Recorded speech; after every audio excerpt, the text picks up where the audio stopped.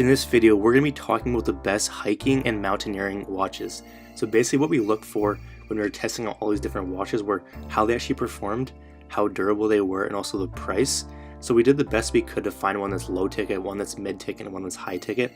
And we tested out quite a few different ones, and these three are going to be our favorites. Okay, so number 3 is going to be the Suunto Core wrist. And this is one of my favorite hiking, slash mountaineering watches because it offers pretty much all the basic features that you're going to need. And the price is super reasonable, okay? I found it really easy to use compared to other, watches out there that were a little more difficult. And it actually, was pretty comfortable even though I don't personally like watches myself. It wasn't too bad. It was fairly comfortable. I definitely liked it. It's also waterproof, which is a big plus, and it's got one of the better depth meters on it, which is, pretty useful as well. Pro is going to come with your vertical altimeter, compass, depth meter, and also barometer. The weather and sun tracking is really good on it. And then it seems high quality and it's pretty comfortable to wear. I know there's a lot of watches out there. Personally, I don't like most of them. I don't like the feel of them, that kind of thing. This one was relatively good. It was pretty comfortable, even from someone who doesn't normally wear watches or normally like watches. I definitely liked it. Okay, so cons. Sometimes the buttons can stick. So some of the buttons on the side of it sometimes stick, and then maybe it could be like the on and off button, and then it kind of shuts on, turns on, that kind of thing. It didn't happen all the time, but definitely did happen sometimes. It's a little bit hard to read in direct sunlight, I definitely noticed. And then you're only going to want to take it in shallow bodies of water.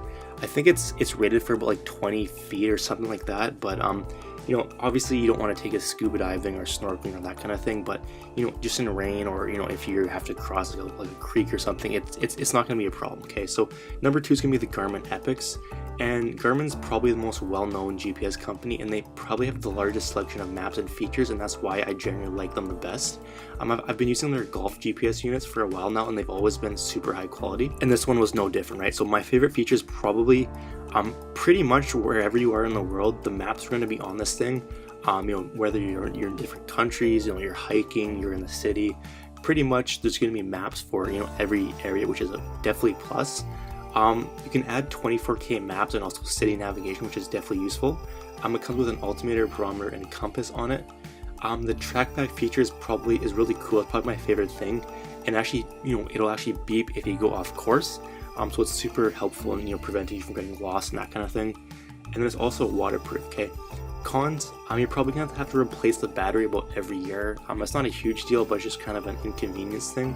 The touchscreen isn't gonna work if the watch itself or your finger is wet, and then it's a little more tricky to use.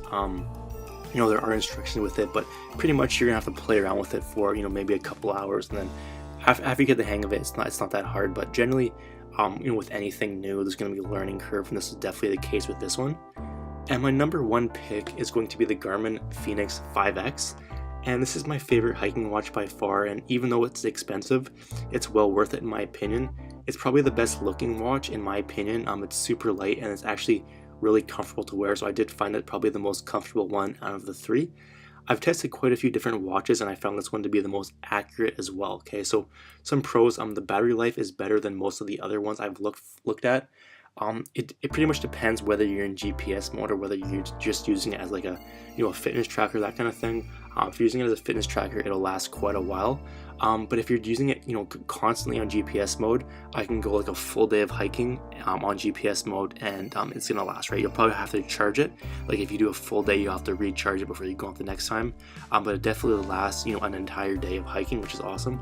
You can upload climbing routes on it, and you can get there no problem, so that's definitely helpful. I actually upgraded to the 24K maps. So it was about $100, but it was super detailed, and I definitely was pleased with those. And then it's easy to read in direct sunlight, which is a big plus as well. Okay, so some cons, it can be a bit glitchy after they do updates. Eventually things do straighten out, but generally with like technology, even phones or whatever, whenever they release a new update, there's going to be some bugs. So it might take a couple days or a couple weeks, but they'll eventually fix it. And I definitely noticed that with some of the updates with it. It's gonna scratch fairly easy, so it's like it doesn't break anything like that, but definitely it's not scratch proof, right? So that's definitely one thing to note. And it wasn't the best for tracking your heart rate while you're swimming. I don't know what the case was for that. If you're going like hiking or whatever, like running, that's fine. But for some reason, when you're swimming, it didn't work the best. But obviously, we're talking about hiking or mountaineering watches, so you probably wouldn't be swimming anyway. So if you're interested in picking up any of these, or you just want to know the price, you can check the description down below, and we left links there. At the time of this video, those were the cheapest places we could find them, so you can go ahead and check those out. If you have any questions, just leave a comment down below and I'll get back to you as soon as we can.